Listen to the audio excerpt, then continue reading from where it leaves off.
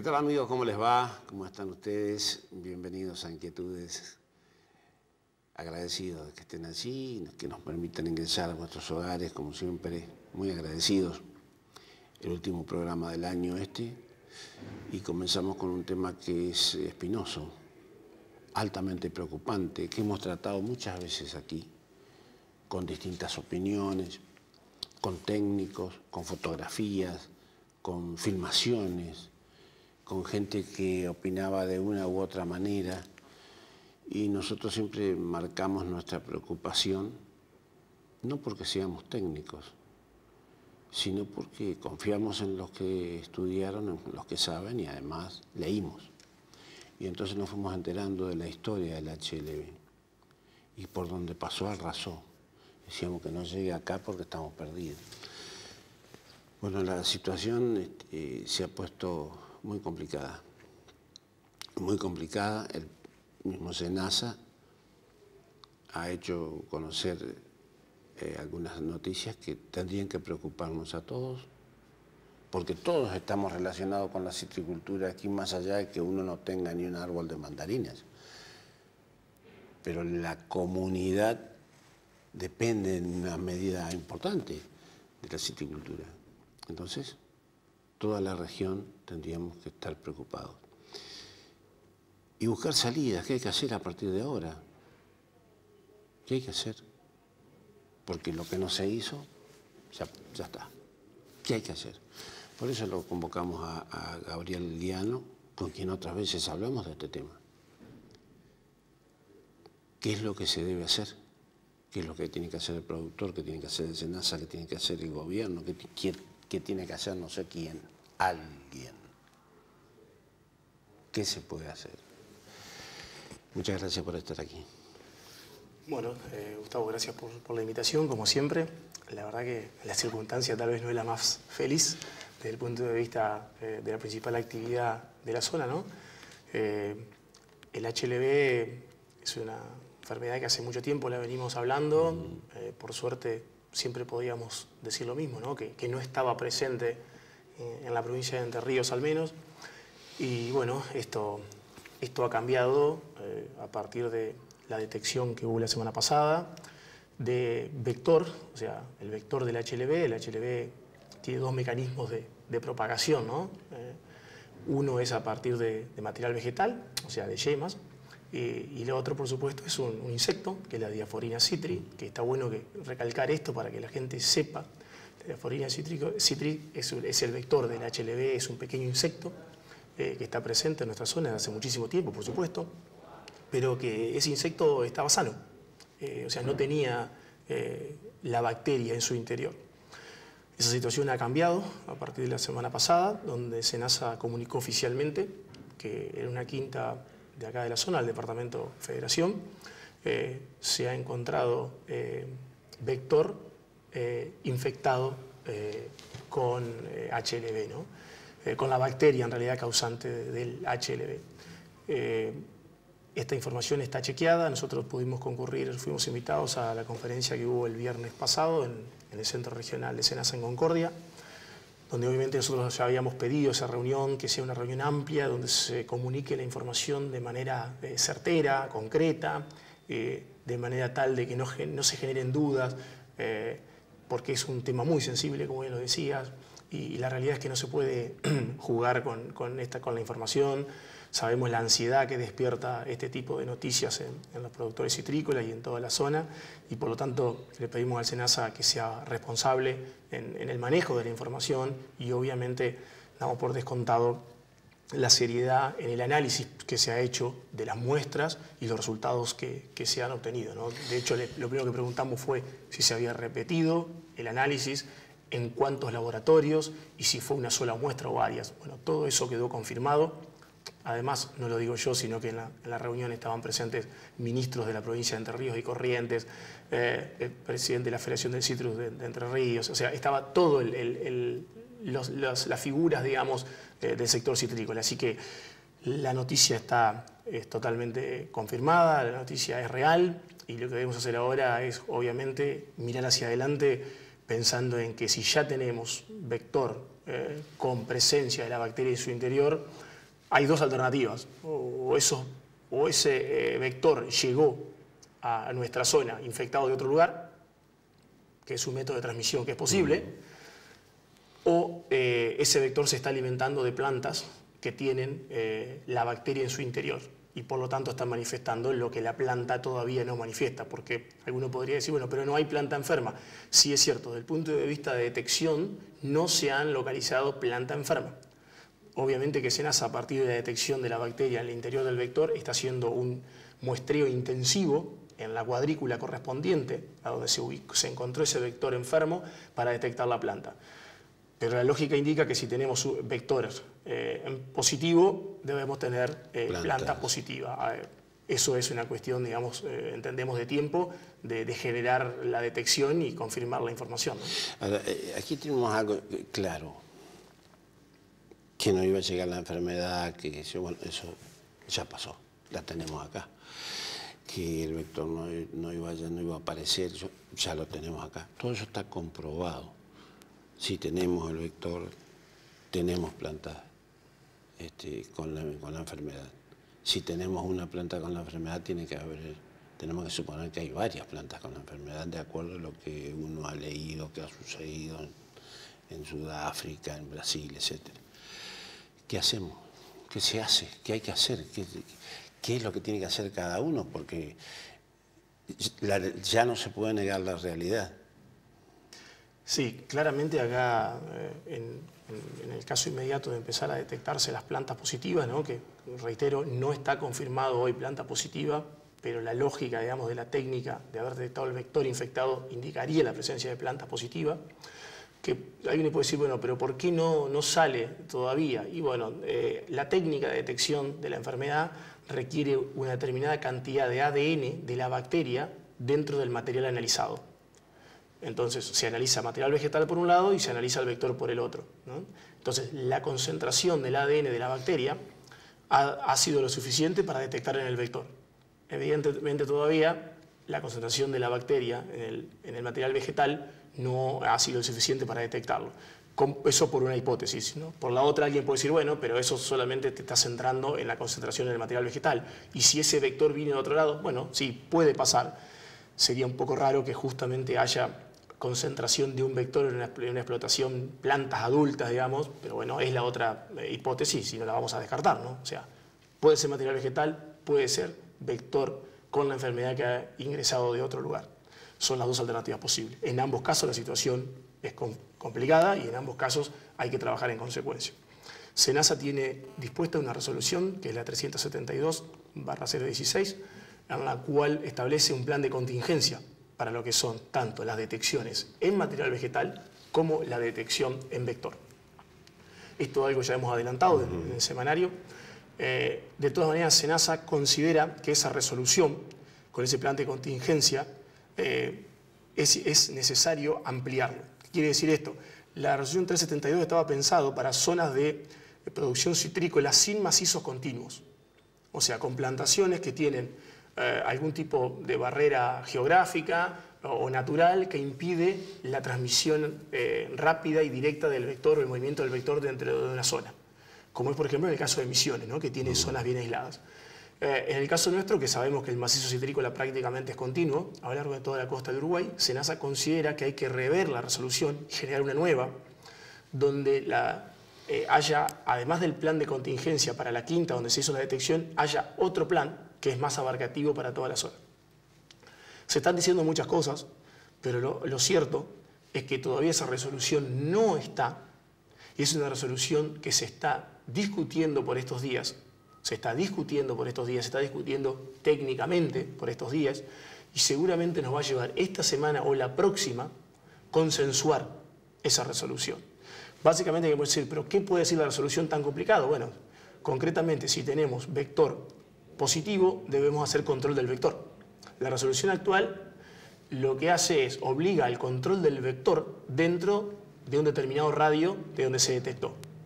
Lo que SENASA está planteando hoy o sugiriendo es que al ser un macizo con las características del nuestro, que no hay barreras geográficas, no hay límites y es muy homogéneo, lo ideal sería tomar una gran zona de control. ¿Qué digo control? Control químico, ¿no? O sea, hacer control químico masivo del vector para de esa manera disminuir o bajar la probabilidad de transmisión de la enfermedad de planta a planta. Ahora, SENASA planteó todo esto el viernes pasado. ¿Qué opina la gente? ¿Cómo lo tomó el productor? ¿Cómo lo tomaron las asociaciones? ¿Cómo lo toma la gente del gobierno? ¿Cómo lo toman los técnicos como vos? ¿Cómo lo tomaron? ¿Lo entienden, lo comprenden, lo comparten o lo discuten? Sí, la verdad que fue una reunión muy interesante la del viernes porque estando presentes todos los actores, digamos, tanto políticos, institucionales, técnicos, organismos de fiscalización y control, fue una reunión muy madura, muy adulta. Estaba el vicepresidente de SENASA, estaban las autoridades máximas de SENASA. Todos sabemos cómo es el historial de la presencia de SENASA en nuestra zona. Y sin embargo, la realidad es que la reunión fue en absoluta cordialidad, con intercambios, obviamente, por algunos momentos, digamos, nadie se cayó nada, ¿no? Particularmente nosotros desde nuestra zona planteamos claramente la contrariedad que tiene el SENASA en cuanto a aspectos de que el productor no confía en el SENASA por todos los antecedentes que hubo en la zona, ¿no? Y donde es materia pendiente del organismo nacional realmente ganarse la confianza del productor. Así que el desafío lo ha tomado SENASA. Estuvieron los representantes de asociaciones de Villa Rosario, de la Federación del Citrus, y la verdad es que la reunión fue muy interesante. Nadie se cayó nada, todos nos dijimos todo, pero la verdad que sí en un ambiente donde se entendió que el camino es uno solo. Si nos ponemos a buscar culpables y responsables, vamos a perder tiempo. Inútilmente. Si nos encolumnamos rápidamente detrás de un criterio consensuado entre todos los actores, lógicamente el camino se va a allanar.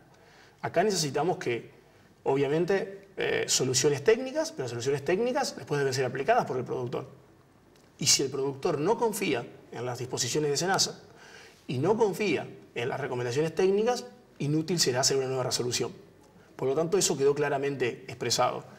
De hecho, hay un compromiso, inclusive de SENASA, donde normalmente ellos aceptaron de muy buena manera nuestra crítica constructiva en cuanto a que las resoluciones generalmente de SENASA venían armadas desde Buenos Aires y eran bajadas a nuestra zona. Si bien siempre existía un mecanismo que se llama consulta pública, la realidad es que la consulta pública ya llegaba con todos los artículos de las resoluciones armadas, ¿no? Y era muy difícil cambiar algo. En este caso, lo que se propuso de SENASA es armar una resolución entre todos acá, que obviamente contemple aspectos obligatorios que SENASA considera importantes incluir, y también aspectos aportados de la parte técnica de nuestra zona, por la experiencia propia que tenemos en el ámbito citrícola, y obviamente también puesta a disposición toda esta información de los representantes del sector citrícola, que eso es muy importante. Aquí hay que hablar de la institucionalidad. No se puede discutir en una asamblea pública una resolución de SENASA. SENASA no puede llamar a una asamblea pública en Villa Rosario, en Chajarí o en Santa Ana para discutir una resolución. Entonces, ¿quiénes van a, obviamente, tener acceso a esas resoluciones y las van a poder ver y dar el visto bueno, ¿no? Y los presidentes de las instituciones, el presidente de la FECIER. Pero ahí termina el camino de la institucionalidad. Cada uno tenemos nuestros representantes y los representantes son justamente elegidos por todos. Por lo tanto, nos guste o no, hay que entender que la institucionalidad en estos casos es la que manda. Ahora hay una cosa interesante en esto que vos estás diciendo. Primero porque hay que entenderlo a eso sin ninguna duda, pero por otra parte en esta oportunidad, al estar todos representados, el SENASA se lleva la opinión, le gustará más o le gustará menos al SENASA, pero se lleva la opinión de todos. ¿No? Claramente, te olvides, Gustavo, que en la cuestión citrícola también interviene la provincia de Corrientes, por ejemplo, y la provincia de Corrientes tiene sus particularidades en cuanto a la parte productiva. Y ya te digo, SENASA pudo tener de primera mano apreciaciones de todos, y lo importante es que diría que el 99,9% de todas las apreciaciones fueron de carácter constructivo. Diciendo, bueno, sabemos que hubo errores en todos lados, de todos los sectores, digamos, en algún momento, pero hoy tenemos que caminar en un objetivo común. Y en eso creo que estamos, y creo que en eso también vamos a poner a prueba nuestra madurez, ¿no?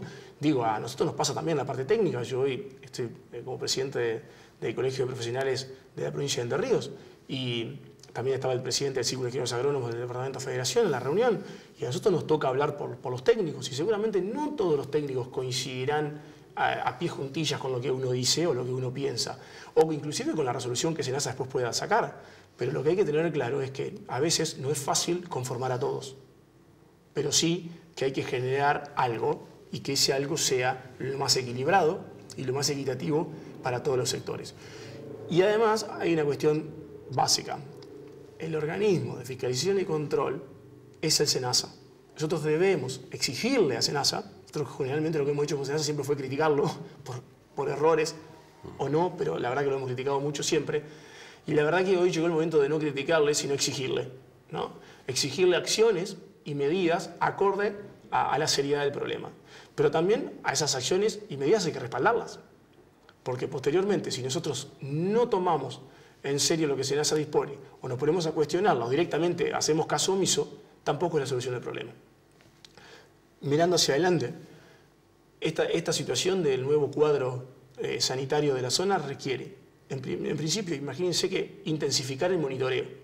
Eso quiere decir revisar las quintas cítricas en busca de síntomas. SENASA tiene su propio sistema de vigilancia y monitoreo, que consiste en tomar muestras vegetales, en tomar muestras del vector, etc. Pero también hay algo muy importante y que nos han dicho en todos los lugares del mundo donde fuimos. El mejor o más adecuado para detectar un problema en la explotación citrícola es el productor capacitado. Porque el productor está todos los días en la quinta. El productor todos los días, desde que se levanta hasta que se acuesta, camina su quinta. Todos los días un lote distinto, una quinta distinta, pero la camina, la conoce. Conoce las particularidades de suelo, conoce las particularidades, hasta la genética, de dónde trajo cada planta, cada variedad. Por lo tanto, digamos que nadie más importante que hoy que el productor, como ayudante o como responsable, digamos, no digo, SENASA no puede quitarse la responsabilidad del sistema de vigilancia y monitoreo de la enfermedad, pero digo, el productor tiene que ser éticamente responsable, ¿no? Y decir, bueno, yo voy a, porque me interesa, porque es mi explotación citrícola, porque vivo de esto y porque es mi futuro, y salir a recorrer sus quintas para detectar HLB. Obviamente no todos los productores están debidamente capacitados, hay mucha gente que falta, hay muchos técnicos que todavía también les falta capacitación, pero esto es un camino que hay que transitar juntos, todos. Y obviamente si uno va en un lugar y detecta algo sospechoso, no va a poder saber si es HLB o no, pero hay que cambiar el miedo de decir esto puede ser HLB y entonces lo dejo ahí y no digo nada, o corto una rama o corto una planta y no digo nada, por el conocimiento. Es decir, tengo este síntoma, no sé si eso no es, pero alerto. ¿A quién? A SENASA. ¿A quién? A un técnico. Muchos productores tienen técnicos. Muchos de los técnicos de la zona han hecho cursos en distintos lugares del mundo y están capacitados. Ahora, el productor tiene que entender primero y fundamentalmente que si oculta las cosas, el primer perjudicado va a ser él. Sin duda. Esta es una enfermedad que no da segunda oportunidad. Si nosotros queremos, como comúnmente se dice, barrer la basura debajo de la alfombra, va a ser mucho peor. Entonces, primera cuestión fundamental, intensificar el monitoreo. Lo va a hacer SENASA como ente de fiscalización y control, y también es importante que el productor esté colaborando con esto, esté atento. Está la agencia de extensión de INTA local, que también hay técnicos capacitados y que seguramente están a la altura de las circunstancias, de hecho lo están. Por lo tanto, esto es un trabajo en red. El productor como principal aliado en este proceso de detección temprana de la enfermedad. Por el otro lado, obviamente, hay que trabajar en el control del vector. Ahora, en esto hay que ser sumamente responsables y cautos a la hora de hablar. Controlar un vector quiere decir aplicar un insecticida. Aplicar un insecticida en el contexto que estamos hoy, donde todo el tiempo se está observando el uso de agroquímicos en las explotaciones de todo tipo, conlleva también un riesgo. Los productores saben perfectamente que si uno abusa de determinados insecticidas, empieza a tener otros problemas en la explotación citrícola. Entonces, no se puede agregar aplicaciones de insecticidas rápidamente y libremente porque tengo el vector. Acá hay un trabajo muy importante que está pendiente de hacer, que ya lo veníamos hablando y sugiriéndole al SENASA, que el SENASA hoy por hoy lo que hace en su sistema de vigilancia es detecta si hay vector o no. El trabajo de SENASA hoy es muestrear las quintas y decir hay o no hay vector. Nada dice el muestreo de la dinámica poblacional. O sea, no sabemos si hay poco o mucho del vector.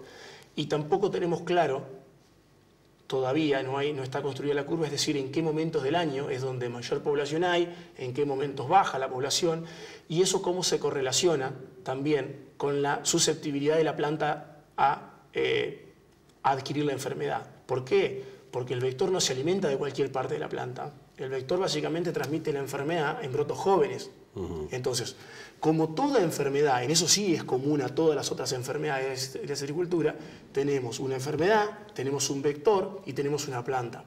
Y condiciones climáticas que condicionan esa triada.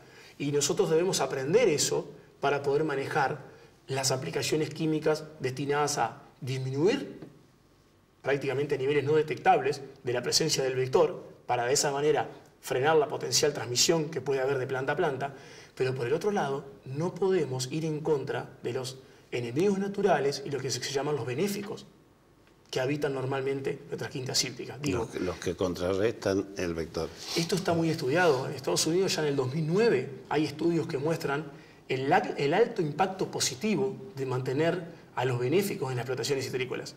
Y lo negativo que fue cuando en un momento empezaron a hacer aplicaciones sistemáticas de insecticidas en pos de controlar el vector. Entonces digo, hay un concepto que en la zona no se utiliza demasiado todavía, que hace muchos años que técnicamente estamos luchando por imponer, que es el manejo integrado de plagas. Manejo integrado de plagas. ¿Qué quiere decir esto?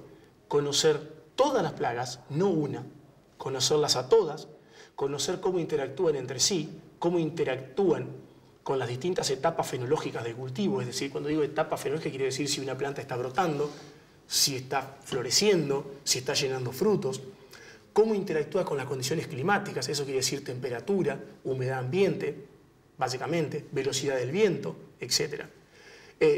Todos esos elementos son claves y nos van a llevar a una mejor citricultura. Esto es un salto cualitativo. El HLB es un problema, pero también una oportunidad.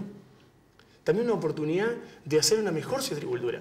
Sabemos que es muy difícil para alguien que escuche esto hoy entenderlo y decir, bueno, realmente Guiano tuvo una Navidad un poco complicada porque está diciendo tonterías, pero la realidad es que no es así. Hay experiencias que muestran. Sudáfrica en la década del 70, a principios de los 80, tenía su citricultura arrasada.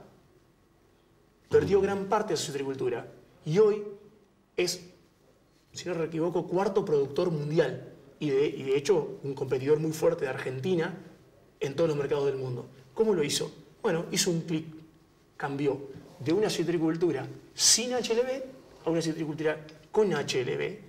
La realidad, en esto quiero ser muy serio y responsable, el HLB es una amenaza enorme, pero es una amenaza enorme para todos aquellos que quieren actuar o que quieren actuar y pensar soluciones aisladamente.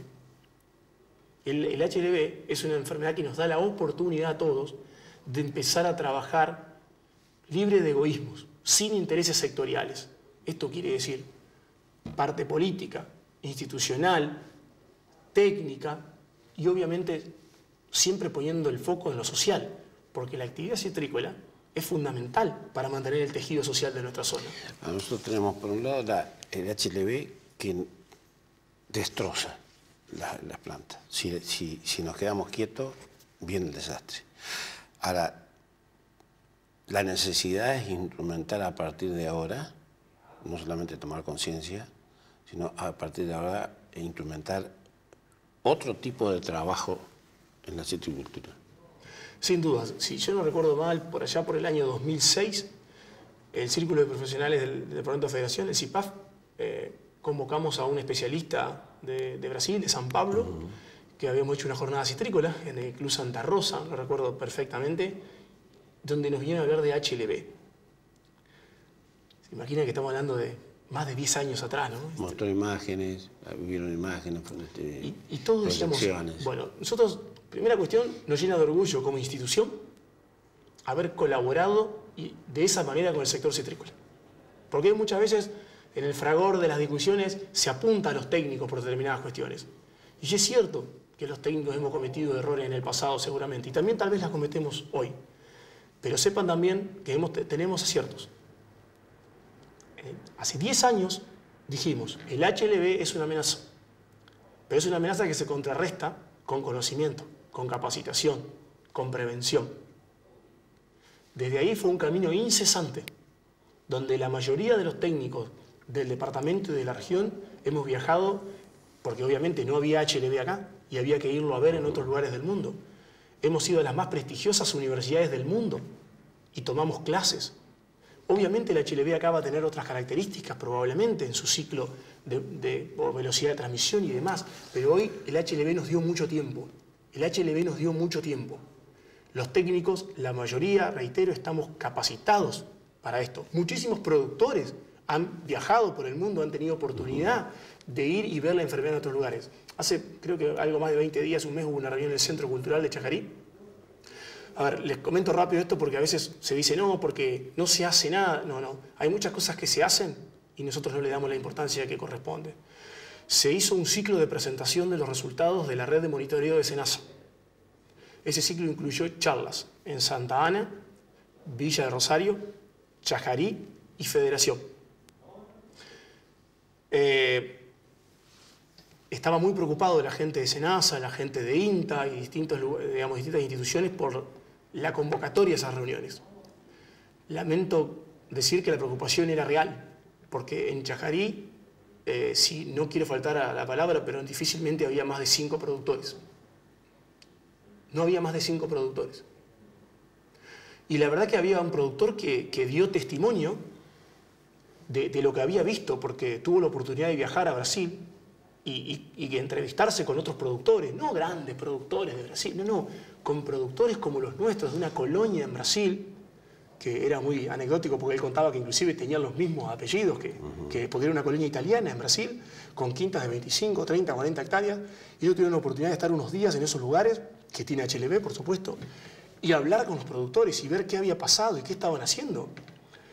Y contaba y decía, bueno, yo la verdad es que lo pude ver y ahora creo en todo lo que nos dicen. Claro, el problema es que es imposible trasladar a 1.200 productores a ver para que crean. Nosotros aquí mostramos en su momento, hace años esto, fotografías tomadas en Brasil.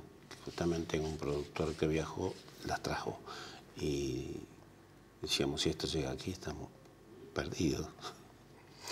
Sí, yo intento, estamos cerca de fin de año y la verdad que fue un momento bastante complicado, justo se juntó todo para el caso, ¿no? Y nos toma a todos esto fue un tema que se discutió el otro día, porque imagínense que hay un montón de gente que estaba planeando sus vacaciones en SENASA, desde el sector político también y demás.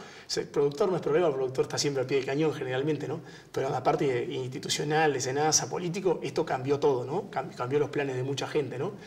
Y la realidad, sinceramente, nosotros desde el punto de vista técnico estamos seguros de que el HLB no va a terminar con nuestra silvicultura. Porque pensamos, lógicamente, que va a primar la cordura, va a primar el razonamiento, va a primar el sentido común a esta circunstancia y nos vamos a poner a trabajar todos juntos. Acá la verdad es que no se puede borrar de la memoria lo que pasó, pero también es cierto que no se puede vivir mirando por el espejo retrovisor. Yo no puedo manejar mirando por el espejo retrovisor, porque si no, probablemente termine en un accidente. Acá hay que manejar mirando por el parabrisas. Se abre un abanico de alternativas donde va a haber que evaluar cuáles van a ser las mejores. Seguramente estamos en un momento donde ya hay que pasar, digamos, de la prevención a la acción, ¿no? Ahora tenemos un vector que controlar, tenemos que encontrar la enfermedad, que esperemos que obviamente... La verdad que lamento decirlo, o sea, esperemos que no esté, pero sinceramente no tendría mucha razón de ser que no esté con el vector infectado, ¿no? O sea, lamentablemente debemos de pensar que sí está ahí. Y la verdad que es una manera de pensar, siempre tiendo a decir, hay que pensar en el peor escenario para que entonces después nos sorprendan gratamente la situación. Entonces tenemos que pensar que el vector está infectado porque hay planta positiva. Es un escenario que no es grato y es muy difícil decirlo, pero debemos pensarlo de esa manera. Si el vector está y dio positivo, a la enfermedad es porque en alguna parte está alimentando que hay plantas positivas. Pensemos ese escenario y trabajemos en consecuencia. Te agradezco mucho. Vamos a seguir hablando de este tema, por supuesto, y bueno, ojalá que se logre todo lo que estás planteando, que se pueda manejar esto de la mejor manera posible. Ojalá. Bueno, Gustavo, yo te agradezco el espacio y vuelvo a reiterar a los productores y a la sociedad, porque esto es una preocupación de la sociedad. El HLB nos dio tiempo, nos dio espacio para capacitaciones, nos dio tiempo para que haya un plan, que nos guste o no, pero hay un plan de monitoreo, hay un plan de contingencia, hay resoluciones, hay normas, hay protocolos. Sigamos esos pasos, agotemos las instancias que haya que agotar y no salteemos pasos. Porque hasta ahora no creíamos en nada y ahora tendemos a empezar a creer en cualquier cosa. Hay una frase que con esto sí te voy a cerrar, y gracias por el generoso espacio, que escuchamos en muchos lugares del mundo. Cuando se detectó el HLB, aparecieron un montón de vagos, apareció un montón de gente que tenía la cura. Nos dijeron en muchos lugares del mundo, cuidado cuando aparezca la enfermedad porque van a aparecer los vendedores de ilusiones de siempre. Y esos son tanto o más peligrosos que el HLB. No salteemos pasos, agotemos las instancias institucionales, trabajemos coordinados, con tranquilidad, que el HLB se puede manejar. Espero que tengamos un feliz fin de año para todos y que el 2018 nos encuentre trabajando armónicamente en pos de una citricultura que sea mejor a la que tenemos hoy. Muchas gracias, muy amable.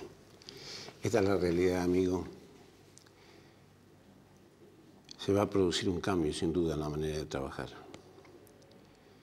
Y cada uno tendremos que aportar lo que nos toca. Y nos incluyo a los periodistas, porque nosotros tenemos la obligación de informar y estamos a disposición para informar sobre lo que hay que hacer. Porque también nosotros estamos muy preocupados, más allá de que no tengamos una planta de mandarinas o de naranjas. Estamos preocupados por la región, porque la región en una gran medida depende de la citricultura. Mucha gente trabaja en la citricultura. Bueno, entonces habrá que unirse y habrá que obrar no como cada uno quiere, sino como se debe. Entonces los resultados van a ser satisfactorios. De lo contrario, podemos terminar en un desastre, que nadie quiere terminar en un desastre. Por lo que nos dice Gabriel, es posible cambiar, es posible trabajar de otra manera. Hay que hacerlo entonces. Un breve corte y ya volvemos.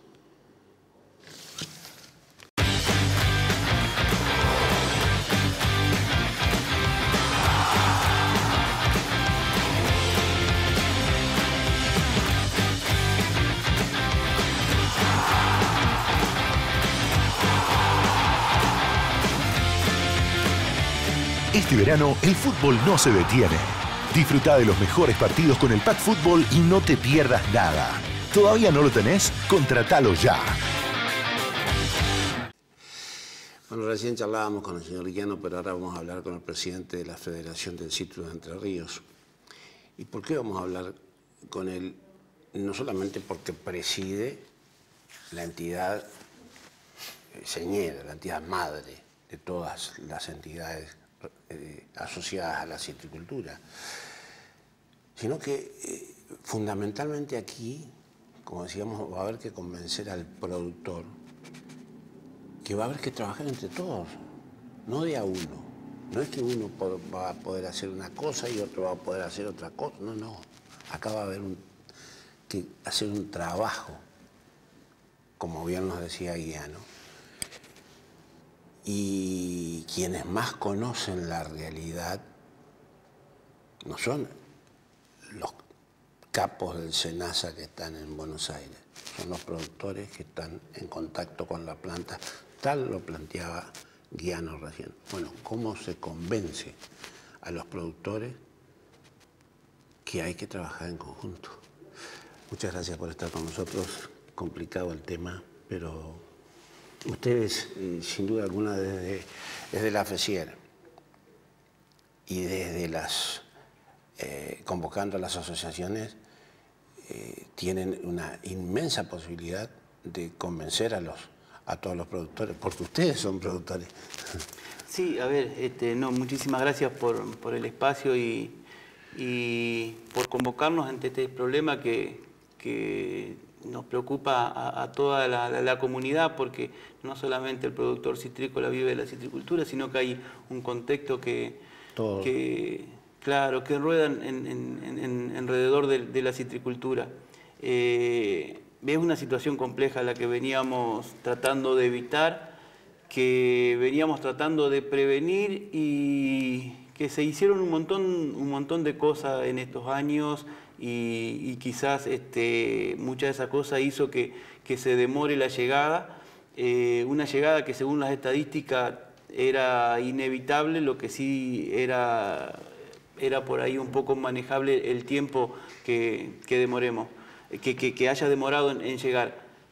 Pero también quizás si lo hubiésemos hecho mejor y nos hubiésemos comprometido todos, hubiésemos demorado un poco más la llegada. La realidad hoy es esta.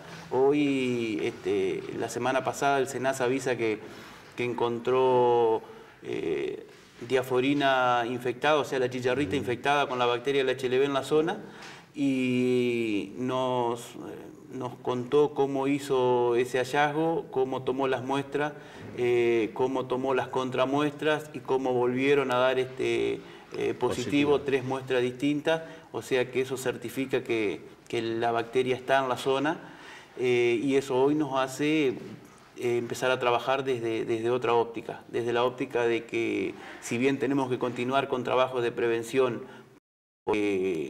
tenemos que evitar que la bacteria llegue a otras zonas si es que está delimitada en esta en particular, pero también tenemos que evitar el contagio ya en nuestra zona, que esta aparición en este lugar en particular no se expanda o se expanda lo más lentamente posible. Pero para esto, sin ninguna duda, todos los productores van a tener que empezar a trabajar de otra manera, observando otras cosas, prestándole atención a otras cosas en la producción, porque el que mejor conoce su planta es el dueño de la misma. ¿Qué van a hacer ustedes o qué pueden hacer ustedes desde la Federación del Citrus para acercarse al productor y para decirle, muchachos, las cosas son así y esta es la realidad y esto es lo que tenemos que hacer? A ver, desde la misma institución y de otras instituciones, como por ejemplo el Círculo de Ingenieros, ya hace mucho tiempo que se vienen haciendo charlas, capacitaciones. Me ha tocado participar en charlas donde éramos 4 o 5 y donde vos decías, la pucha, ¿cómo se puede hacer para convencer al productor de que venga y se acerque y entienda cuál es la realidad de otras zonas afectadas por esta enfermedad, que esta enfermedad es real y que en algún momento nos va a llegar y que tenemos que estar preparados? Y en algunas fueron más nutridas y hoy la metodología tendrá que ser parecida. Debemos tratar de concientizar y comprometer a nuestros productores de que esta enfermedad, si no la batallamos juntos, nos va a llevar puesto, porque es lo que pasó en otros lugares. Nosotros tenemos la ventaja, se podría decir, de que llega a nuestra zona después de 10 o 15 años de que ha llegado a otras zonas. Entonces, nosotros podemos ver lo que hicieron en otra zona, copiar lo que se hizo bien y evitar lo que se hizo mal. Además, una de las cuestiones que me pareció positiva de la reunión del viernes pasado, donde SENASA nos presenta el protocolo de acción, es que estaban, creo que todos los involucrados, ya sea políticos o privados del sector citrícola, en esa reunión. desde la gente de SENASA, de los técnicos, el INTA, el Ministerio de Agroindustria, la Secretaría de la Producción de la provincia, el Ministerio de Producción de la provincia de Corrientes, porque hay que entender que esto no solamente le afecta a Entre Ríos, sino que le afecta al macizo citrícola. Sí. O sea, y hoy SENASA, y creo que con buen tino también lo entiende así, que tenemos que trabajarlo como macizo, o sea, es el norte de Entre Ríos, el departamento Concordia y Federación básicamente, que son los que tienen citricultura, y el sur de Corrientes, todo en una tarea mancomunada. Como te decía, está el Ministerio de Producción de la provincia de Corrientes, y había asociaciones de Entre Ríos y de Corrientes, los intendentes de la zona, o sea, éramos muchos, éramos más de 40 o 50 dirigentes en esa reunión. Eso me pareció positivo porque todos, todos participaron, todos tuvieron su momento de expresar los pros y los contras de la situación, decirnos algunos errores que cometimos. Además, y algunas virtudes que tenemos. Es bueno que el SENASA escuche de primera mano lo que piensan los productores y lo que ven los productores y lo que viven los productores, que son los que están en contacto y trabajando todos los días con esto, ¿no? Por eso, a ver, es de necio tropezar con una piedra dos veces. Una vez podés cometer el error, dos, ya habla un poco más de una cuestión de no entender los errores. Yo creo que SENASA en ese sentido hoy está escuchando e interactuando mucho más con los productores. Como lo explicábamos y se lo dije en algún momento, realizar un plan entre el Paseo Colón y 9 de Julio no te garantiza que vos después pueda venir a aplicarlo efectivamente en una zona. Pero también nosotros tenemos que comprometernos a trabajar con SENASA, tratar de representar a nuestros productores con su idiosincrasia y con su forma de ser, pero eso no tiene que limitar las cuestiones técnicas de un plan, sino que tenemos que tratar de ver cómo nos adecuamos a una situación que es muy compleja hoy, la del HLB, pero genera también la oportunidad de ponernos a trabajar juntos y de generar las herramientas para combatir esta enfermedad. Ustedes seguramente van a hacer reuniones, van a salir a reunirse con las asociaciones, con la mayor cantidad posible de productores, para que los productores los escuchen y vean que la cosa va en serio, no hay más lugar para dudas. Yo creo que la cosa siempre fue en serio, lo que sí ahora refuerzo es que no hay más lugar para dudas. Nosotros quedamos un poquito comprometidos con la gente de SENASA de aquí de la zona para tratar de organizar una reunión lo antes posible en la zona. Creería, estamos hablando un poquito con la gente de la Asociación de Villa del Rosario para ver cómo podemos coordinar esta reunión esta semana. Tenemos otras reuniones también que nos sacan un poco de tiempo. El jueves tenemos una reunión en Paraná, una mesa citrícola, donde uno de los temas prioritarios va a ser este tema, y lo vamos a encarar también como provincia.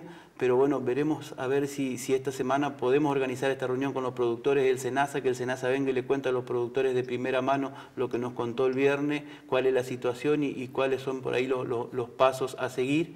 Y a su vez está convocada también una mesa de trabajo, como te decía, en esa reunión el viernes éramos más de 40 o 50 personas, era un poco complicado para organizar un plan de trabajo, dado la gran cantidad de gente. Bueno, lo que le pedimos a SENASA es que urgente convoque una mesa de trabajo donde estén todos los referentes, uno por cada institución, y podamos armar ese plan de trabajo, que más allá del protocolo propio de SENASA, hay algunas cuestiones, como te decía, que debemos ver cómo algunas herramientas las hacemos propias para nuestra zona y para nuestros productores. Pero ya tenemos que pensar que lo vamos a hacer dentro de los 3 pilares que nos propone SENASA en su protocolo, que es el control de vector, Nosotros hasta ahora veníamos viendo, monitoreando que si había o no había diaforina. Hoy ya tenemos que pensar en controlar la cantidad de diaforina en nuestra quinta. Eso es un trabajo de los productores, el control del vector. El otro plan es el monitoreo tanto de diaforina como de posibles síntomas en nuestra quinta, y eso también lo van a hacer, además de los recursos que tiene SENASA, que los comprometió a mantenerlos, que no van a ser objeto de ningún recorte, y eso nos lo prometió SENASA y lo prometió la gente de agroindustria, que se van a mantener los recursos que había.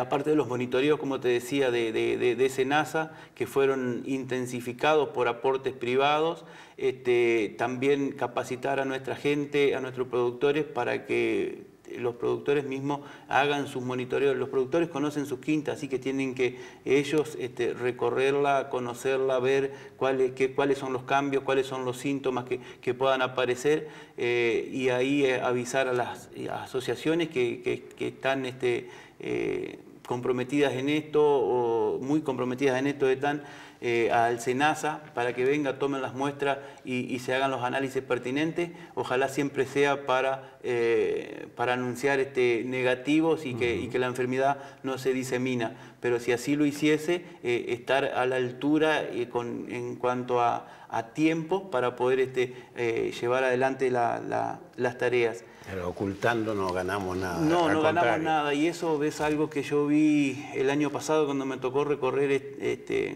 el estado de Florida, o sea, parte del estado de Florida. Fuimos a la zona afectada. Nosotros estábamos a 70, el pueblo donde nos hospedábamos estaba a 70 kilómetros más o menos de la quinta donde fuimos a ver, y recorrí 70 kilómetros ida y vuelta de la zona productiva de citrus, o de la zona que era citrícola en algún momento en Florida. Hoy Florida se llevó el HLB se llevó el 70% de la zona productiva. Y lagrimeé desde que salí hasta que volví al hotel. Ver las quintas, eran los esqueletos de quinta, te daba pena, te daba una tristeza, una impotencia. Yo allá, claro, no conocía ningún productor, pero yo le ponía la cara de los productores amigos o la cara hasta de mi propio padre en esos emprendimientos, en esa zona, y la trasladabas acá a un desastre si llegaba a entrar el HLB, y la verdad que o sea, fue todo un día de estar con la garganta anudada. O sea, es muy compleja la situación. Por eso yo creo que hoy requiere la mayor responsabilidad de los dirigentes de las instituciones, ya sean públicas y privadas, de los presidentes comunales, porque el HLB no es como hablábamos al principio, no es solamente de los productores citrícolas, esto es de toda una comunidad, de las instituciones gubernamentales, ya sea INTA, SENASA, a tratar de mancomunar esfuerzos y tratar de ver cómo hacemos para entre todos no cometer los errores que cometimos a la hora de prevención, porque por algo la enfermedad está acá, y poder armar estrategias. Pero le vuelvo a decir a los productores, esta enfermedad es algo muy complejo, es algo muy difícil de batallar, y solos no vamos a llegar a ningún lado, ni siquiera abandonando la lucha, ni limitando recursos en la lucha. Los recursos tenemos que hacerlo entre todos, y cuando uno se cae tendremos que ir y levantarlo y ayudarlo, porque un productor caído tampoco nos sirve en un plan de trabajo organizado. Por eso yo creo que hoy las instituciones están a la altura. Nosotros, como todo dirigente, tenemos muchísimas formas de pensar distintas dentro de las instituciones, pero si algo que se ha crecido, todos los dirigentes de las instituciones hoy conocen de primera mano cuál es la la problemática del HLB y tiene su visión particular que seguramente está representando la visión de muchos productores. Ahora, que queden tranquilos que todas las miradas están puestas a la hora de organizar un plan desde las instituciones y a la hora de representar a nuestros productores. Por eso, que confíen en las instituciones, en el plan de trabajo que podamos organizar. Yo creo que hoy el mismo gobierno entendió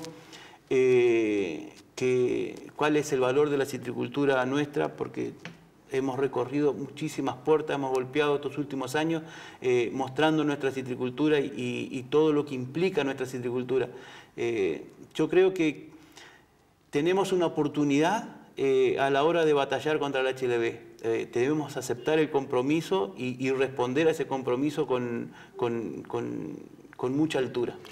Te agradezco mucho. A las órdenes para lo que sea de comunicación, no solamente este programa, toda la radio, el semanario, lo que sea, para comunicarse con los productores y explicar lo que ustedes crean necesario. Muchas gracias y ojalá que se solucione, que las cosas lleguen a buen puerto. Ojalá Dios quiera, y que el árbol no nos termine tapando el bosque.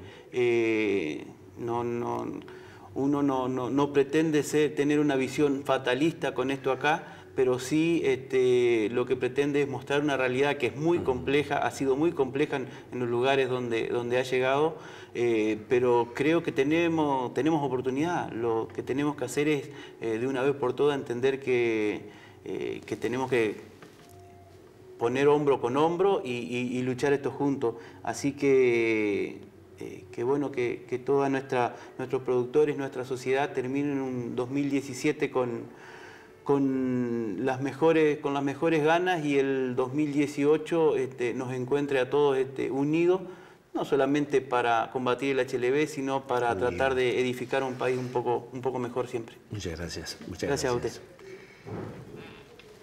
La situación es complicada, pero el anuncio está dado. Y lo que se está planteando aquí es algo, creo que es muy importante y que tenemos todos que tomar conciencia. Aquí tenemos que aportar cada uno lo que puede. Por supuesto, nosotros podemos aportar poco y nada como periodistas, pero por lo menos comunicar. Pero después todas las instituciones y los productores, cada uno de los productores, tiene que tomar el grado de conciencia necesario para ver y para obrar. Porque entre todos esto se va a poder mejorar y se va a poder ganar la lucha seguramente, pero entre todos juntos, día uno, va a ser imposible. Un breve corte, ya volvemos.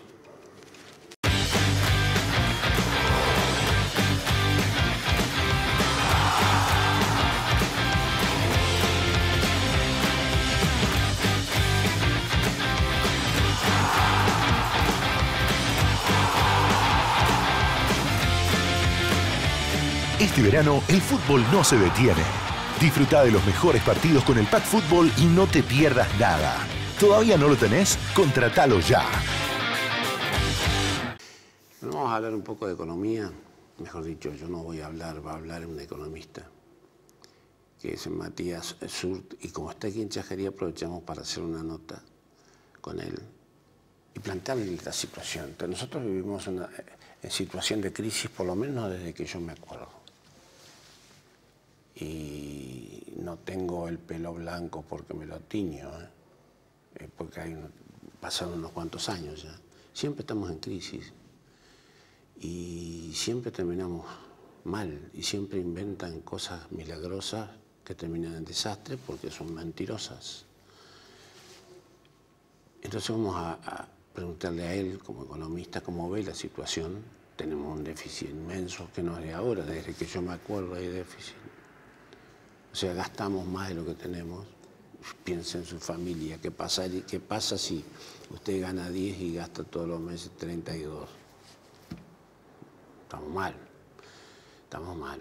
Se inventaron planes del 1 a 1, mentirosos, nos costó una fortuna, se dilapidó. Ya está. Tenemos esta realidad. ¿Qué hacemos y cuál es esta realidad? Matías Sur con nosotros. Bienvenido, Matías, muchas gracias. Gracias a ustedes por la invitación. Bueno, ¿cómo ves la realidad? Te digo, de crisis no vamos a hablar, porque yo desde que me acuerdo estamos en crisis. La crisis incluso no tendría que ser malo, tendría que ser el disparador para cambio. Los cambios no se producen. Sí, bueno, como decías vos, las crisis sí son algo que pasa en Argentina cada 10 u 8 años. Hay una crisis macroeconómica importante, pero que ocurren por la acumulación de determinados desequilibrios o problemas que prefieren ser tapados en vez de resueltos. Y uno de estos problemas, por ejemplo, es el déficit fiscal que vos mencionabas, que es un problema crónico de la Argentina de los últimos 60 o 70 años, en los cuales Argentina solo tuvo 4 años de superávit fiscal. Es decir, en los últimos 70 años, solo 4, el Estado nacional o el Estado consolidado, dependiendo si se cuenta a las provincias y a los municipios también, solo en 4 años recaudó más impuestos de lo que gastó. En el resto de los años gastó más de la plata que tenía. ¿Cuál es el problema de eso? Que hay dos maneras de financiarlo, digamos. O sea, o se financia con emisión monetaria, imprimiendo billetes, pesos en el Banco Central. Lo que significa inflación. Inflación, que comienza siendo una inflación soportable, podemos decir, se va al 10%, al 15%, empieza a subir, pero dependiendo de cuánto dure eso, de si hay algún cambio en la situación internacional que nos desfavorezca o no, puede terminar en problemas muy graves, como fue la hiperinflación de Alfonsín en el 89-90. Y la otra manera de financiarlo es con deuda interna o deuda externa. Argentina casi siempre acude a la deuda externa porque el mercado de capitales local es muy chico. Es decir, si el Estado argentino, que tiene un tamaño tan grande, decidiera financiar todo su déficit localmente, desplazaría el financiamiento para todo lo que es el sector privado, para las empresas, haría subir mucho las tasas de interés y demás. Entonces, por eso generalmente se busca el financiamiento afuera. Pero esto tampoco es sostenible porque, bueno, como decías vos, en cualquier casa, si vos gastás más de lo que recaudás, te podés endeudar un tiempo. Para un país puede ser 1, 2, 5 años, pero en algún momento el pago de los intereses de esa deuda te empieza a pesar tanto que terminás en una crisis ya no por hiperinflación como es con la emisión, sino en default de la deuda. Tenés problemas cambiarios, el tipo de cambio se va, el precio del dólar se va muy alto, eso te genera también problemas de inflación, problemas de la estructura productiva y demás. O sea, el déficit en sí no es un problema, no es que los países a los que le va bien en el mundo nunca tuvieron situaciones de déficit. El problema es la sostenibilidad de ese déficit. No podés estar permanentemente en déficit. Se supone Keynes cuando tuvo que hacerse cargo, al menos intelectualmente, de una de las crisis más importantes del capitalismo, no estaba en contra de que el Estado genere déficit, sino que lo que decía es que en momentos de recesión o donde el sector privado se retiraba de la inversión y del gasto, ahí sí tenía que venir el Estado para gastar y reactivar la economía, aunque genere una situación de déficit en ese momento, endeudándose. Pero cuando el ciclo económico se daba vuelta, entonces ahí había que empezar a ahorrar y a gastar menos de lo que se recaudaba para repagar esa deuda y equilibrar las cuentas públicas, porque si no, la salida del pozo era solo transitoria y después el propio accionar del Estado, que era el que te había sacado, te volvía a meter en una crisis por estos problemas. Terminábamos agrandando el pozo. Exacto. Y eso fue eterno. Y eso fue, sí, por distintas medidas, como te decía recién. Algunos gobiernos probaron la emisión monetaria, otros probaron la deuda y todas terminaron mal. Yo creo que ese puede ser uno de los principales problemas estructurales de la política económica argentina. Ningún gobierno intentó como política mantener un equilibrio fiscal sostenible en el mediano y largo plazo. Que indudablemente se puede hacer esto, ¿no? Porque tenemos países cercanos al nuestro que lo han hecho, que lo hacen, que tienen una inflación de un dígito y que tienen no solamente cierta responsabilidad de sus gobernantes más allá de los partidos políticos, del partido político que fuera, sino que han logrado estabilidad y ciertas cuestiones no se tocan. Sí, estabilidad y crecimiento. La estabilidad lo que te termina generando es un crecimiento sostenido en el largo plazo, que es el remedio básico para la eliminación de la pobreza. O sea, sobre eso se construyen políticas sociales, focalizadas, universales, para hacer que el proceso de la eliminación o de la reducción de la pobreza sea más rápido. Pero la base de todos los países que han logrado reducir la pobreza es el crecimiento de la economía permanentemente y a una tasa estable. No es lo mismo crecer un año o durante 5 años al 7-8% y después tener una crisis o una recesión del 6%. Siempre es mejor crecer al 3 o al 4 durante un largo periodo que no estar subiendo y bajando permanentemente. Además, aquí hay cosas que nos demuestran claramente.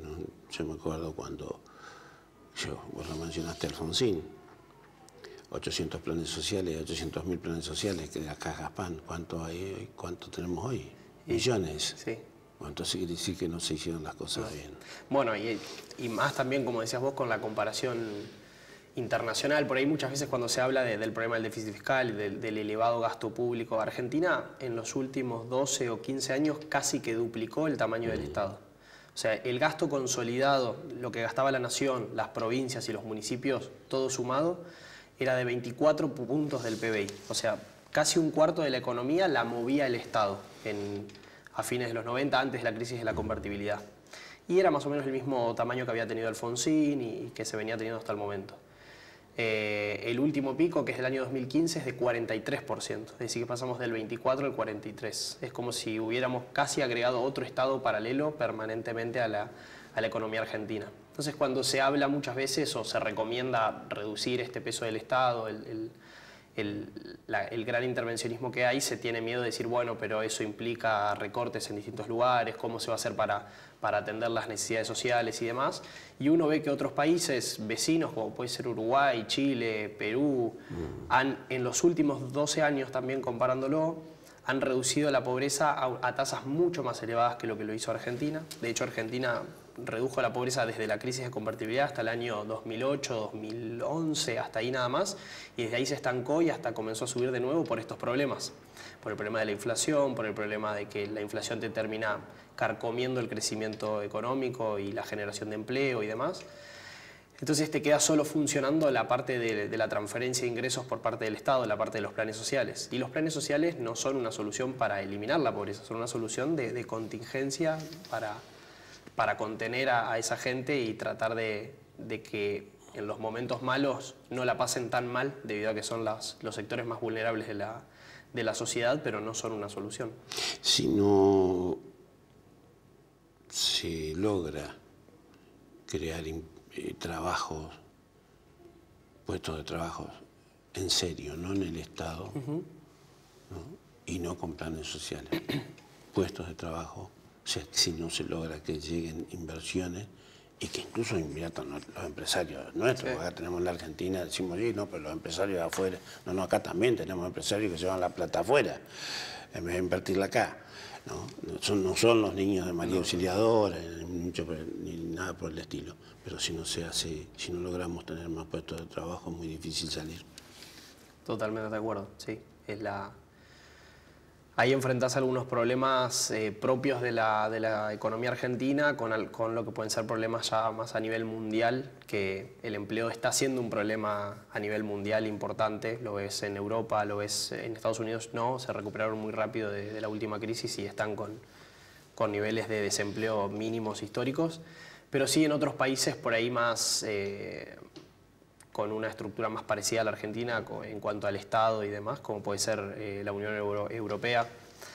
El empleo es un problema porque el mundo, al estar cada vez más globalizado, las inversiones y los puestos de trabajo van a buscarse en aquellos sectores o en aquellos países y lugares donde la mano de obra es más barata. Por cuestiones de competitividad y por cuestiones del avance de la tecnología que te permiten eso que hace un siglo atrás no se lo permitía en esa escala. Era impensable producir digamos, un producto tan partido en tantos pedazos como se hace hoy, que se hace el diseño en un lugar, la fabricación en otro, se monitorea todo desde la central que está en otro lugar. Está ubicado quizás la parte de la gerencia en otro país donde hay más exenciones impositivas para ese tipo de actividades. Entonces Argentina ahí sí tiene un doble problema, tiene que solucionar problemas locales, por ahí de las regulaciones que hay en el mercado laboral, que muchas veces traban el proceso. En pos de proteger el trabajo lo terminan perjudicando porque le quitan mucho dinamismo para nuevos empleos que se generen en una economía tan cambiante que con la tecnología y demás va creando nuevas oportunidades permanentemente. Y lo que es una tendencia mundial, que ahí también hay un debate bastante interesante entre distintas posturas de quienes piensan que la generación de empleo es un problema crónico ya hoy de la economía capitalista en sí, por el avance de la tecnología justamente, y otros que dicen que no, que es una etapa más de todas las que pasó ya en la historia económica mundial, como pudo haber sido la primera revolución industrial y demás, que se pensaba que las máquinas podían quitar mucho trabajo, pero después se terminan generando otros puestos. Entonces, bueno. Otro tipo de trabajo. Otro tipo de trabajo. Ya no manipulás, la máquina te reemplaza a vos, pero quizás vos manipulás la máquina o aprendés a construir nuevas máquinas o a arreglar cuando esas máquinas se rompen y demás. Otro tipo de trabajo. Creo que estamos en un momento de quiebre de esos que habrá que ver si es una nueva etapa más o si es algún problema más de largo plazo.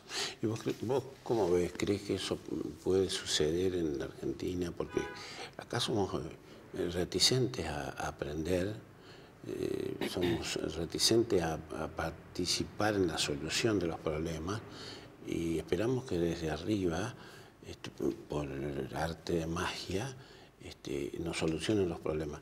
No nos importa a qué costo para el país, eso está demostrado infinitas veces.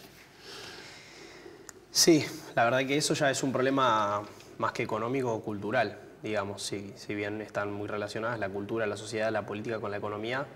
Sí, yo creo que hay un desafío de cambiar la mentalidad o la forma de encarar los problemas por parte de la clase política, por un lado, y por parte de la sociedad en general. Creo que tenés razón también en ese punto. Y esto es así al punto tal que total lo paga el gobierno. Como si la plata el gobierno la trajera de Marte, de Venus, y en realidad es dinero nuestro. Sí. Pero eso no lo entendemos. No. Bueno, volviendo al punto por el que empezamos la charla, muchas veces se escucha, a la gente le molesta mucho el crecimiento de la deuda, por ejemplo, o se asustan mucho por el endeudamiento que lleva a cabo el gobierno, pero les cuesta hacer la conexión entre el endeudamiento y el gasto, es decir, el gasto que genera el gobierno, la gente lo entiende como algo gratis, como algo que viene de arriba y que entonces aprovechémoslo y que cuanto más crezca, más cosas van a ser públicas y las vamos a poder usar todos. Pero no hacen la conexión después de que esa deuda está creciendo porque ese gasto está siendo más alto que los impuestos o más alto de lo que la capacidad económica del sistema económico argentino puede sostener. Entonces creo que una manera o una forma de educación a la gente es eso, es tratar de conectarles en la forma de analizar los procesos económicos, el gasto con la deuda, para generar ese cambio que vos decís, que no crean que es un problema del gobierno o que es algo que alguien lo va a solucionar y que ellos están exentos, porque después las consecuencias de que a cualquier gobierno le vaya mal o de una crisis macroeconómica, lo paga la gente. Lo paga la gente, eso es así, y no solo no es así en Argentina, es así en el mundo, porque el país no es más que el conjunto de la sociedad y de la gente, de los empresarios. O también otra cosa, lo que la paguen los empresarios o que el debate de quién paga el ajuste, si los empresarios o los empleados, es un poco ridículo a veces, porque un empresario usa capital y usa trabajo para generar algo. Y cuanto más haya y cuanto más generen, más trabajo van a poder emplear, ¿no? Digamos. Sin empresarios no hay empleados. Esto no es que los empresarios son bondadosos, no, lo hacen por sus propios intereses. Pero en un sistema capitalista es así como funciona la economía. Cuanto más empresarios haya y más incentivo a la inversión y a la producción de bienes y servicios, va a estar mejor el empresario, pero va a estar mejor también el empleado y la sociedad en general. ¿Cómo hacer para que el empresario sea empresario? Porque muchas veces el empresario es comerciante, que no es lo mismo. Primero, para que sea empresario. Segundo, para que esté dispuesto a compartir y no querer quedarse con todo, porque eso también es común. O sea, si yo tengo empleados, trato de pagarle lo menos posible a los empleados y todo lo que se produce trato de quedármelo y repartir lo menos posible. Entonces aquí tenemos empresas que ganan un porcentaje que impensable en algunos otros países, y no estoy hablando de países del primer mundo, estoy hablando de países cercanos al nuestro. Sí. Es impensable que un empresario considere que puede ganar ese porcentaje en un año y gana la tercera parte y reparten más. Bueno, ¿cómo cambiamos todo eso? Sí, ahí sí creo que es clave el rol del Estado, de la intervención, desde el punto de vista regulatorio de las distintas de la legislación, como puede ser la legislación laboral y demás, y también con legislación antimonopólica, de abrir la competencia, tanto localmente, digamos. Hay muchos sectores que están no monopolizados, pero sí que están tomados por distintos intereses sectoriales en los que los manejan 2 o 3 personas. Y ahí sí es donde yo creo que el Estado debe intervenir, porque ese tipo de situaciones no es beneficioso para el bien común, digamos, para el bien de la sociedad, porque genera menor producción de esos bienes o a precios más altos o con menor calidad y demás. Entonces, con distintas legislaciones que rompan esas estructuras monopólicas, que abran la competencia internacional con importaciones y demás, también creo que es importante. Los países más competitivos del mundo, donde esto pasa menos, donde el beneficio de los empresarios termina bajando porque no tienen ese poder para imponer un precio y quedarse con un beneficio extra, son las sociedades y los países más abiertos a la competencia internacional. Por ahí, muchas veces en Argentina es cierto que las experiencias de apertura económica no terminaron bien y entonces no, la terminó pagando el que menos tiene. Exacto. Entonces hay mucho rechazo a esas situaciones, pero bueno, cuando vos analizás por qué esos episodios terminaron mal, es por una combinación de cosas, no es por la apertura económica unilateralmente, porque de nuevo, si vamos a la comparación internacional, acá no más cerca, cualquier país, excepto Brasil, que tomes, es muchísimo más abierto a la competencia internacional de Argentina y los resultados son extraordinarios. El caso emblemático de apertura económica en Argentina es Chile, en América es Chile, pero para no ir a ese extremo, porque podemos decir que Chile tiene otra estructura social, otra estructura económica, Uruguay es mucho más abierto que nosotros, Perú, Colombia, todos los países que estábamos mencionando hoy. Y la apertura no implica, implica mayores importaciones, pero también implica mayores exportaciones. Los países que se cierran son esos países terminan cerrándose las importaciones y automáticamente cayendo sus exportaciones también. El caso de la carne, por ejemplo, es emblemático. En Argentina, Paraguay y Uruguay nos han pasado, pero no es que nos cruzaron por un par de kilos, nos cruzaron muchísimo. Argentina. Nos sacaron, ya que hablamos de carne, nos sacaron un campo de ventaja. Argentina no está hoy ni siquiera entre los 10 países exportadores del mundo, de los primeros exportadores. Parece que estamos por entrar. Estamos por entrar al 10, sí. Estábamos ahí 11, 12 hace un par de años y en 2017 se recuperó bastante todo el sector. Se recuperó la producción de carne, el consumo interno y la exportación. Sí. 3 cosas a la vez que hacía varios años que no pasaba en Argentina. Y acá en la provincia recuperamos un poco de cabezas de ganado, tenemos un poco más, estamos lejos. Sí, pero sí, hay que recuperar 10 millones de cabezas, claro, que se perdieron. Algo se mejoró. Ahora, tenemos que cambiar cultural, hay que hacer un cambio cultural. Sí. En 3 palabras, decime, ¿cómo se inventa un cambio cultural? Porque ya no es tratar de lograrlo, es inventarlo. En nuestro país tenemos que inventarlo porque históricamente las cosas fueron como son ahora y nos va mal. Sí, la verdad que no tengo una respuesta. No, si te diría el cambio cultural se hace así, sería un vendehumo. Pero yo creo que elementos claves son, desde el punto de vista, digamos, desde lo que puede hacer el Estado en sí, es la aplicación de la ley sostenidamente para mí, que es algo que falta en Argentina.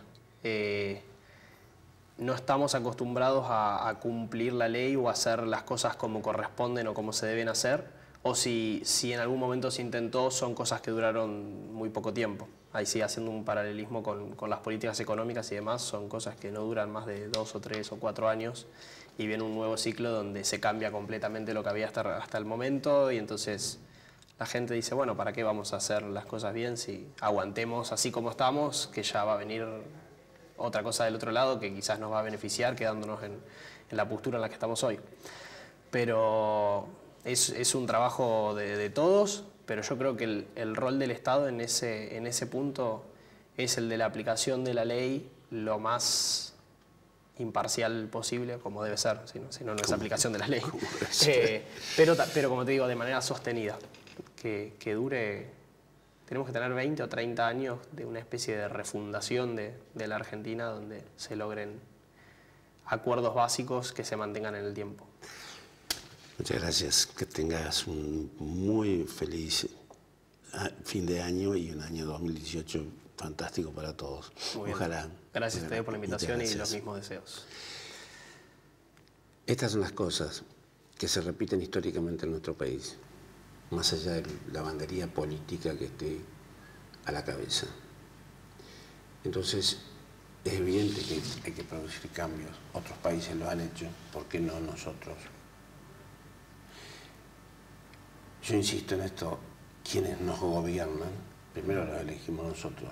Segundo, salen de nuestra comunidad, no vienen de otro planeta, salen de nuestra comunidad. ¿No estará el error en la comunidad, en la sociedad? Seguramente sí, porque de allí salen los dirigentes que la sociedad, los miembros de la sociedad elegimos. ¿Cuándo vamos a aprender que el gobierno maneja dinero que nos pertenece a nosotros? No es del gobernante de turno.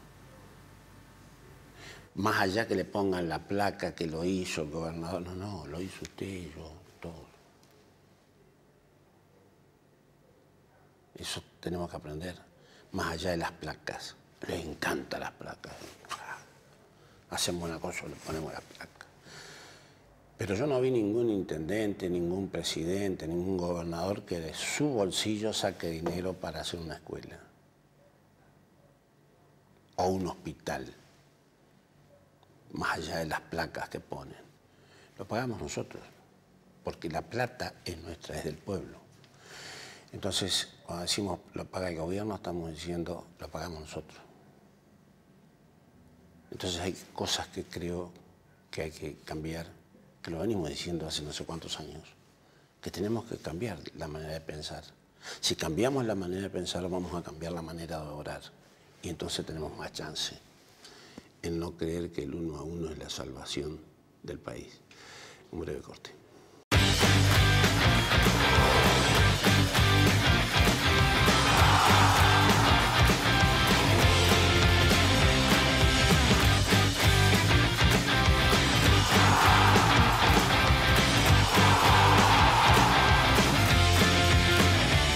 Este verano el fútbol no se detiene.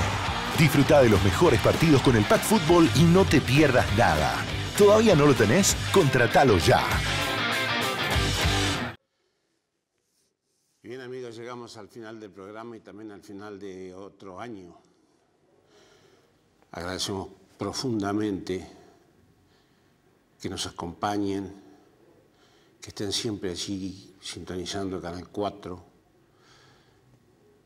Agradecemos que nos permitan ingresar a vuestros hogares con nuestro programa desde hace ya tanto tiempo. Es mucho tiempo.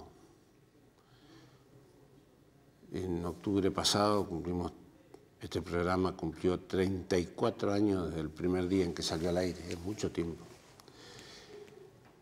¿Cómo no agradecer entonces?